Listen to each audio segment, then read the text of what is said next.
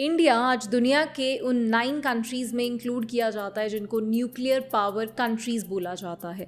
मतलब वो कंट्रीज जिनके पास अपने न्यूक्लियर वेपन्स हैं। Today at 15:45 hours, India conducted 3 underground nuclear tests in the Pokhran range. 13 मई को फिर से पोखरण में 2 और परमाणु परीक्षण। If needed, it can be made in numbers.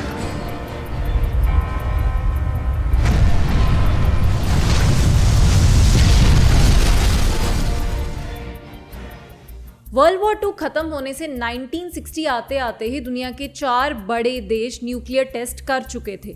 US in 1945, Russia in 1949, UK in 1952 and France in 1960।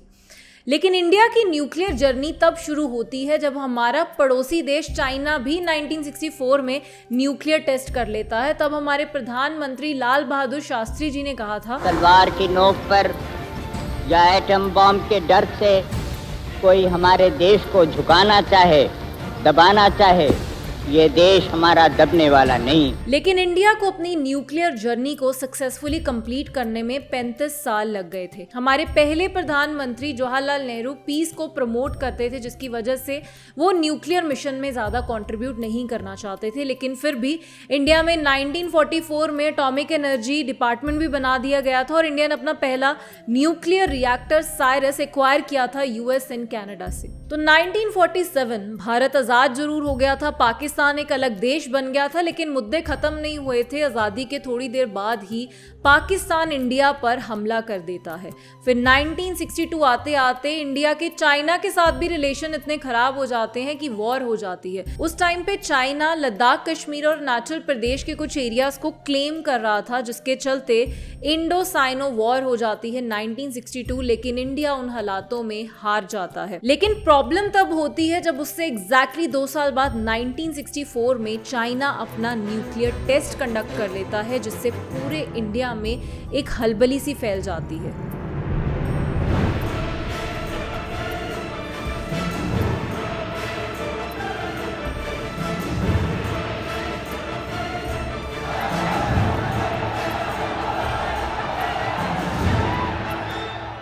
और इन हालातों में इंडिया में न्यूक्लियर एक्सप्लोजिव डिजाइन ग्रुप को एस्टेब्लिश किया गया, टाटा इंस्टीट्यूट फॉर रिसर्च बनाया गया ताकि इंडिया के मिशन को किक स्टार्ट किया जा सके। But our mission came to a standstill with the death of Lal Bahadur Shastri ji and Homi Bhabha in the same year same month with the gap of just 13 days. लेकिन होमी भाभा हमेशा ये कहा करते थे कि इंडिया चाहे तो सिर्फ 18 महीनों में एक न्यूक्लियर वेपन तैयार कर सकता है। और आगे जाकर जब हम देखते हैं कि जब इंडिया टेस्ट करने की कंडीशन में पहुंचता है तो उनका सपना काफी हद तक हकीकत में बदल जाता है। इन सब के बाद इंडिया को सबसे बड़ा झटका लगता है 1971 में इन बांग्लादेश लिबरेशन वॉर। संग्राम अमर मुक्तिर संग्राम। Pakistan lost half of its country. A new nation was born, Bangladesh. बेशक इंडिया ही वॉर जीत गया था, लेकिन न्यूक्लियर पावर बनने की चाहत पाकिस्तान और इंडिया दोनों ही देशों में दृढ़ होती जा रही थी। Then finally on 7th of September 1972 our prime minister Indira Gandhi gave clearance for the development of nuclear fission device in India। और 2 साल बाद ही सितंबर 1974 में इंडिया पोखरान में अपना पहला न्यूक्लियर टेस्ट कंडक्ट करता है under the mission smiling Buddha. It is clear that in order to meet our growing requirements of energy for agriculture and industry, we must produce more electricity. Our science, particularly our nuclear science, is dedicated to development, to achieving freedom from want and providing the essentials of an honorable life for our masters. United nation security council के permanent members के बाद सिर्फ एक India दुनिया का ऐसा देश था जिसने पहला न्यूक्लियर टेस्ट किया था। और इस मिशन को एक सीक्रेट मिशन की तरह कंडक्ट किया गया था। सीक्रेसी इस लेवल की थी कि इंदिरा गांधी जी के अलावा सरकार में सिर्फ 2 ही लोग थे जो इस टेस्ट के बारे में जानते थे। And even the defence minister of that time did not knew about the test. और होम मिनिस्टर जी को सिर्फ 48 आवर्स पहले बताया गया था कि हम कोई ऐसा टेस्ट कंडक्ट कराने वाले हैं। उस टाइम पे इस मिशन को हेड किया था राजा रमन ने और सिर्फ 75 के अराउंड साइंटिस्ट को इन्वॉल्व किया गया था सीक्रेसी को मेंटेन करने के लिए। हालांकि इंडिया ने ये बोला था कि ये एक पीसफुल टेस्ट रहेगा, इंडिया सिर्फ एक्सप्लोजन्स को यूज करना चाहता है माइनिंग जैसी एक्टिविटीज में, लेकिन इस पर दुनिया का क्या रिस्पॉन्स था ये हमारे लिए समझना बहुत जरूरी है। इंडिया के टेस्ट कंडक्ट करने से पहले ही 1968 में दुनिया के बड़े न्यूक्लियर नेशंस ने एक ट्रीटी साइन कराई थी जिसे बोला जाता है नॉन प्रोलिफरेशन ट्रीटी। दुनिया के 191 कंट्रीज ने इसको साइन किया except 3 countries, India, Pakistan and Israel, और आज ये तीनों ही न्यूक्लियर पावर की तरह एग्जिस्ट कर रही हैं। इस ट्रीटी के तहत जो नॉन न्यूक्लियर कंट्रीज हैं उनको रिस्ट्रिक्ट कर दिया गया कि ना तो वो न्यूक्लियर मैन्युफैक्चर करेंगे ना ही कहीं से एक्वायर करेंगे। मतलब दुनिया में अब जितनी कंट्रीज टेस्ट कर चुकी हैं वही कंट्रीज न्यूक्लियर कंट्रीज की तरह एग्जिस्ट करेंगी and maximum countries signed non proliferation treaty. Non proliferation treaty की वेगनेस का रियलाइजेशन दुनिया को तब हुआ जब इंडिया ने न्यूक्लियर टेस्ट कंडक्ट कर लिया। उसके बाद यही कंट्रीज एक न्यूक्लियर सप्लायर ग्रुप एस्टेब्लिश किया इन द सेम ईयर 1974, जिसमें न्यूक्लियर पावर कंट्रीज को टेक्नोलॉजी और एक्सप्लोजिव मटेरियल एक्सपोर्ट करने से भी रिस्ट्रिक्ट कर दिया गया। क्योंकि जैसे मैंने आपको स्टार्टिंग में बताया था कि इंडिया ने अपना पहला रिएक्टर यूएस कनाडा से इंपोर्ट किया था, तो उस चीज को भी कर्ब करने के लिए और न्यूक्लियर टेस्ट को कंट्रोल करने के लिए दुनिया में न्यूक्लियर सप्लायर्स ग्रुप को एस्टेब्लिश किया गया था। बट द थिंग इज कि इंडिया ना तो नॉन प्रोलिफरेशन ट्रीटी का मेंबर है ना ही न्यूक्लियर सप्लायर ग्रुप्स का मेंबर है टिल डेट। इस एक टेस्ट करने के बाद 20 साल इंडिया एक ऐसे दौर से गुजरा जिसको हम पॉलिटिकल टर्मोइल भी कह सकते हैं, और हमारा न्यूक्लियर मिशन एक स्टैंड स्टिल पे फिर से आकर खड़ा हो गया था। 1975 इंडिया में इमरजेंसी लगा दी जाती है जिसे डेथ ऑफ डेमोक्रेसी भी इंडिया में बोला जाता है।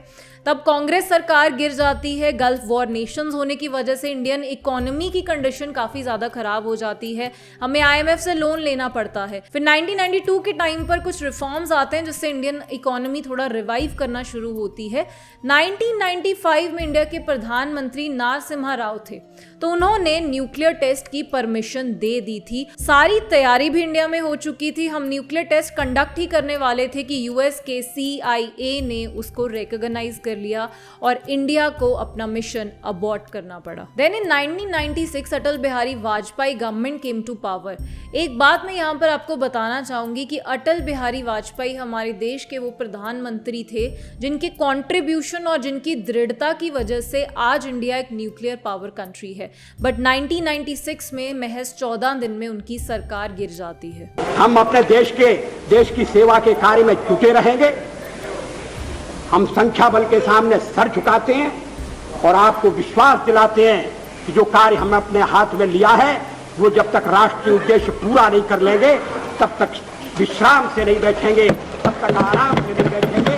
अध्यक्ष महोदय, मैं अपना त्याग पत्र राष्ट्रपति महोदय को देने जा रहा हूं।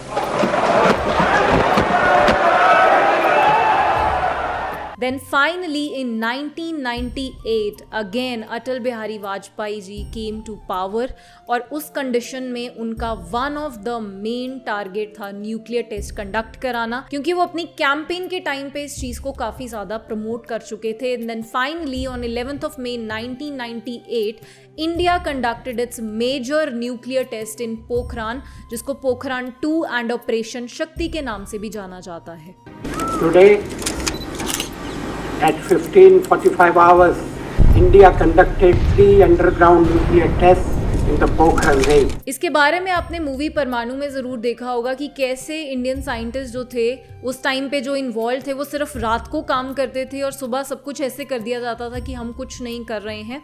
तो स्ट्रेटेजिकली इंडिया ने पूरी प्लानिंग की कि जिस टाइम पे सैटेलाइट उस एरिया में आती है, CIA की सैटेलाइट उस एरिया में आएगी, उस टाइम पे वो अपना सारा ऑपरेशन बंद कर देंगे और जब वो वहाँ से पास होगी उसी टाइम में वो अपना पूरा ऑपरेशन कंडक्ट कराएंगे। महज 3 दिन के टाइम में इंडिया ने 5 टेस्ट किए थे, जिनमें से nuclear fission and nuclear fusion 2 major test थे और ये सिर्फ 10 मील की दूरी पर ही रखे गए थे। तो इंडिया के लिए कॉन्स्ट्रेंट उस टाइम पे ये भी था कि ये दोनों टेस्ट सेम टाइम पे एक्सप्लोड होने चाहिए, अदरवाइज एक टेस्ट दूसरे को डिफ्यूज कर सकता था। लेकिन इन सब चीजों को ओवरकम करते हुए इंडिया ने इसको सक्सेसफुली कंडक्ट किया और इस मिशन को कंप्लीट करने में again there were 3 individuals involved are prime minister Atal Bihari Vajpayee ji, doctor APJ Abdul Kalam and R Chidambaram जो कि मिशन को हेड कर रहे थे। तो सीक्रेसी इस मिशन में भी वैसी ही मेंटेन की गई थी, बट ये एक ऐसा टेस्ट था जिसने इंडिया को एक न्यूक्लियर पावर कंट्रीज की लिस्ट में लाकर खड़ा कर दिया था। तो आपके दिमाग में शायद एक बात आई होगी कि कैसे इंडिया ने चूज किया कि 1998 में ही टेस्ट कर देना चाहिए।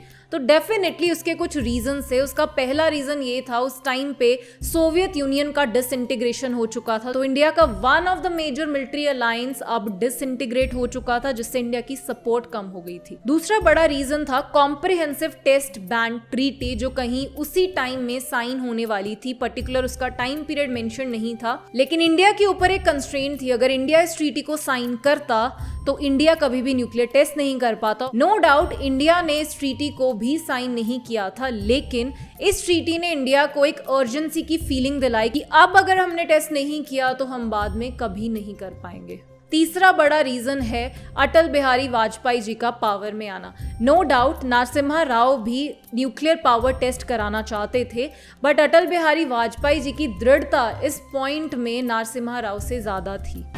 अभिनंदन होना चाहिए वैज्ञानिकों का, उन इंजीनियरों का जिन्होंने पोखरण में जो कुछ हुआ उसे सफलतापूर्वक करके दिखाया। पहली बार जब विस्फोट हुआ वो तो वैज्ञानिकों की ताकत का परिचय था। 5 बजे के बाद सारी दुनिया ने हिंदुस्तान पर आर्थिक प्रतिबंध लगा दिए। एक तरफ हिंदुस्तान, दूसरी तरफ सारी दुनिया खड़ी हो गई। लेकिन वाजपेयी जी ने क्या किया, 2 दिन के बाद फिर पोखरण में धमाका किया और दुनिया को दिखा दिया हम दबने वाले नहीं, हम झुकने वाले।